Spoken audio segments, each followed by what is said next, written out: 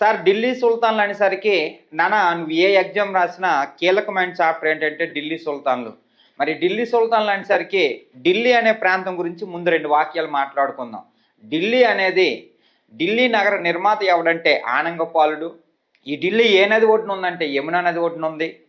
ఈ ఢిల్లీ మరి పాత పేర్లు ఏమైనా ఉన్నాయంటే ఇంద్రప్రస్థ, హస్తినాపురం అని పిలుస్తారు.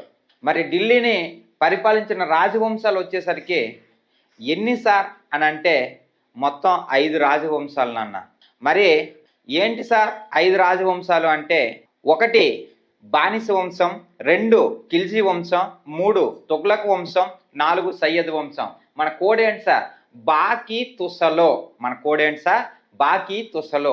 బా అంటే బానిస వంశం, కి అంటే ఖిల్జీ వంశం, తు అంటే తుగ్లక్ వంశం, సా అంటే సయ్యద్ వంశం, లో అంటే లోడి వంశం. సార్ మరి బానిస వంశం 1206 నుంచి 1290, ఖిల్జీ వంశం 1290 నుంచి 1320, తుగ్లక్ వంశం 1320 నుంచి 1414, సయ్యద్ వంశం 1414 నుంచి 1451, లోడి వంశం 1451 నుంచి 1526. ఎక్కువ కాలం పరిపాలించింది తుగ్లక్ వంశం, తక్కువ కాలం పరిపాలించింది ఖిల్జీ వంశం నాన్న. ఓకేనా? తక్కువ కాలం పరిపాలించింది ఖిల్జీ వంశం, ఎక్కువ కాలం పరిపాలించింది ఏంటి సార్ అని అంటే తుగ్లక్ వంశం.